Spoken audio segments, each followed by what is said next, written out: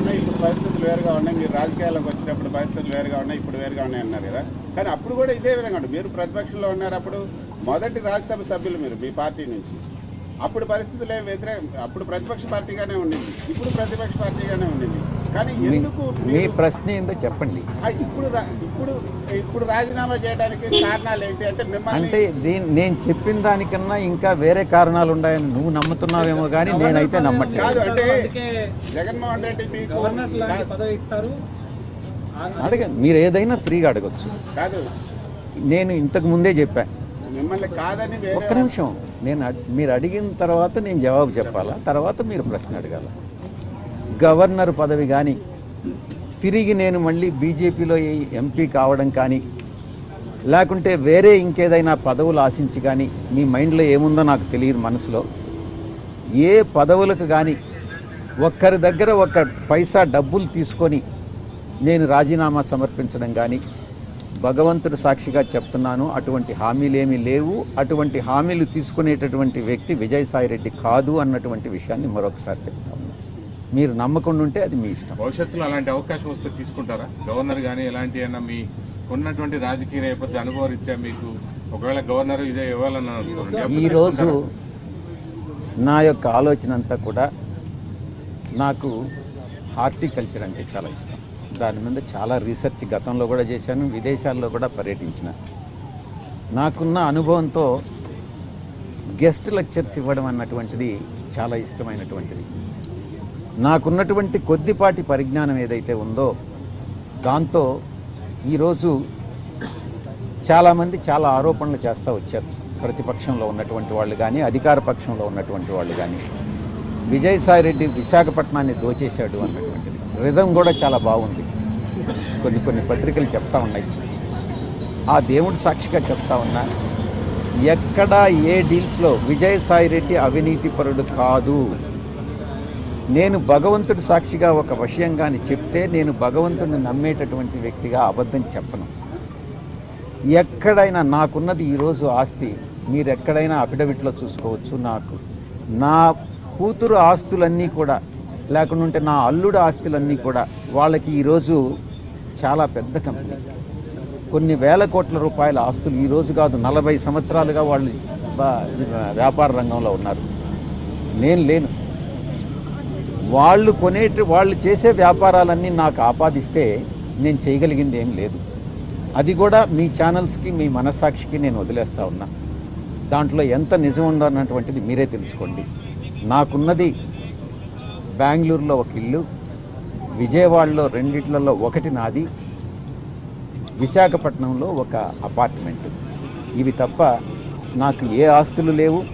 నేను చాలా కంఫర్టబుల్ జీవితాన్ని గడుపుతా ఉన్నాను. ఆస్తులు సంపాదించాలని లేదు. నేను గతంలో చెప్పాను, ఒకవేళ నేను అవినీతికి పాల్పడి సంపాదించినా కూడా ఒకరు 100, 200 కోట్లు, 300 కోట్లు సంపాదించితే వాళ్ళకు ఉండేటటువంటి ఆ వియ్యంకుడికి ఉండేటటువంటి వేల కోట్లలో ఈ 200 కోట్లనేటటువంటిది సముద్రంలో ఒక నీటి బొట్టు లాంటిది. ఆ అవసరం లేదు. ఆ చెడ్డ పేరు తెచ్చుకోవాల్సినటువంటి అవసరం నాకు లేదు. నీతిగా నిజాయితీగా బతకదామనుకున్నాను. కానీ కొన్ని పత్రికలు, కొన్ని ఛానల్స్ నిరాధారమైనటువంటి ఆరోపణలు మోపి నా యొక్క ప్రతిష్టను భంగపరచడం కూడా వాస్తవం. కొంతకాలం క్రితం మీరు ఒక ఛానల్ పెట్టాలనే ఆలోచన కూడా వెలుగుచ్చారు. ఆ విషయంలో ఎటువంటి మంచి ప్రశ్న వేశారు. గతంలో రామోజీరావు గారు, రాధాకృష్ణ గారు నా మీద వ్యతిరేకంగా దుష్ప్రచారం చేసినప్పుడు నేను ఒక నిర్ణయం తీసుకోవడం జరిగింది, ఛానల్ పెట్టాలి అన్నటువంటిది. ఈరోజు మారిన రాజకీయ పరిస్థితుల్లో నేను రాజకీయాల నుంచి తప్పుకున్న తర్వాత ఆ యొక్క నిర్ణయం, తీసుకున్నటువంటి నిర్ణయం అమలు చేయాలా లేదా అన్నటువంటిది నేను పునరాలోచిస్తాను. ఈరోజు నేను దానికి సమాధానం చెప్పలేనటువంటి పరిస్థితి. సార్ మీ పైన రెండోసారి నమ్మకం పెట్టి మీకు రాష్ట్రం ఇచ్చారు కదా, మీరు జగన్కి ఫోన్ చేసి చెప్పామన్నారు, ఏమన్నారు సార్? వద్దని చెప్పలేదా? వద్దని రాజీనామా ఆయన అడిగారు, మీరు వెయిట్ చేయాలి. జగన్ గారికి నేను అన్ని వివరంగా చెప్పాను. ఈ పరిస్థితుల్లో నేను న్యాయం చేయలేనన్నటువంటి విషయం కూడా చెప్పాను. ఎన్నుకున్న తర్వాత అప్పటి పరిస్థితులు వేరే, ఈ రోజు ఉన్నటువంటి రాజకీయ పరిస్థితులు వేరే. ఈ పరిస్థితుల్లో, ఇప్పుడున్నటువంటి రాజకీయ పరిస్థితుల్లో నేను ఒక రాజ్యసభ సభ్యుడిగా అటు రాష్ట్రానికి కానీ, ఒక పార్టీలో నేషనల్ జనరల్ సెక్రటరీగా పార్టీకి కానీ న్యాయం చెయ్యలేను అన్నటువంటి ఒక ఆలోచన వచ్చి, నాకన్నా ఇంకా శక్తి సామర్థ్యాలు ఉన్నటువంటి వ్యక్తులు ఎవరైనా నా ప్లేస్లో రాజ్యసభకు కానీ వస్తే రాష్ట్రానికి, రాష్ట్ర ప్రజలకు, దేశానికి ఉపయోగపడతారు అన్నటువంటి ఒకే ఒక కారణంతో నా యొక్క అశక్తత, నేను చెయ్యలేను, నేను న్యాయం చెయ్యలేను అనే ఒక నిర్ణయానికి వచ్చి నేను ఈ యొక్క రాజీనామాను సమర్పిస్తున్నానే తప్ప వ్యక్తిగత కారణాలని అందుకే నేను చెప్పాను.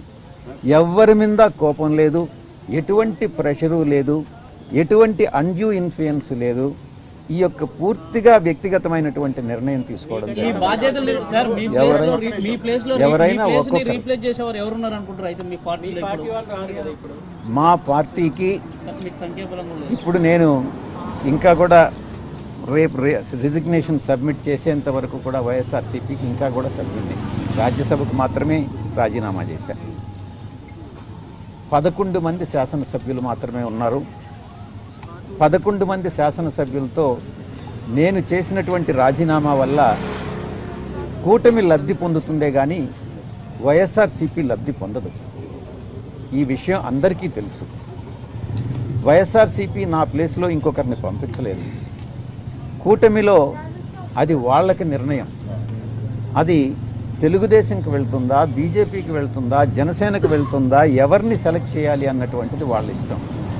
ఒక్కటి మాత్రం నేను చాలా స్పష్టంగా చెప్పగలను దేవుడి సాక్షిగా, ఎటువంటి ఆశలకు కానీ, ఎటువంటి పదవులు ఆశించి కానీ, ఆయన చెప్పినట్టుగా, అయ్యా మీరు వినండి స్వామి, మీరు వినండి, ఆయన అడిగినట్టుగా, ఆయన చెప్పినట్టుగా కేసులు మాఫీ చేస్తారు అన్నటువంటి ప్రామిస్ తీసుకొని నేనేదో రాజీనామా చేస్తున్నానని చెప్పారు. భగవంతుడు సాక్షిగా చెప్తున్నాను, నేను అబద్ధాలు చెప్పనని. అటువంటిది ఏమీ లేదు. ఎవరో కేసులు మాఫీ చేస్తే చేయించుకోవాల్సినటువంటి అవసరం నాకు లేదు. ఏదైనా ధైర్యంగా ఎదుర్కొంటాను. ఈ యొక్క లుకౌట్ నోటీస్ మీద హైకోర్టులో వేశాను నేను. గతంలో నా మీద ఒక మహిళ గురించి ఆరోపణలు చేస్తే మీ మీదనే, కృష్ణ వాళ్ళ ఛానల్ మీదనే నేను డిఫమేషన్ వేశాను. ఎవరికి భయపడే తత్వం కాదు విజయసాయి రెడ్డిది. భయం అన్నటువంటిది ఈ యొక్క ఒంట్లో ఎక్కడ ఏ అణువులో కూడా లేదు అన్నటువంటి విషయాన్ని చాలా స్పష్టంగా చెప్తా ఉన్నా. నేను ఒక్కటే చెప్తా ఉన్నా, కొన్ని పత్రికలకి వాళ్ళు చేసేటటువంటివి మాత్రమే కరెక్టు, మిగతా వాళ్ళు చేసేవన్నీ తప్పులుగానే కనపడతా ఉంటాయి. ఈ దృక్పథం మంచిది కాదు. ఈ యొక్క బ్లాక్మెయిలింగ్ టాక్టిక్స్ మంచిది కాదు అని నేను సవినయంగా మనవి చేసుకుంటా ఉన్నా.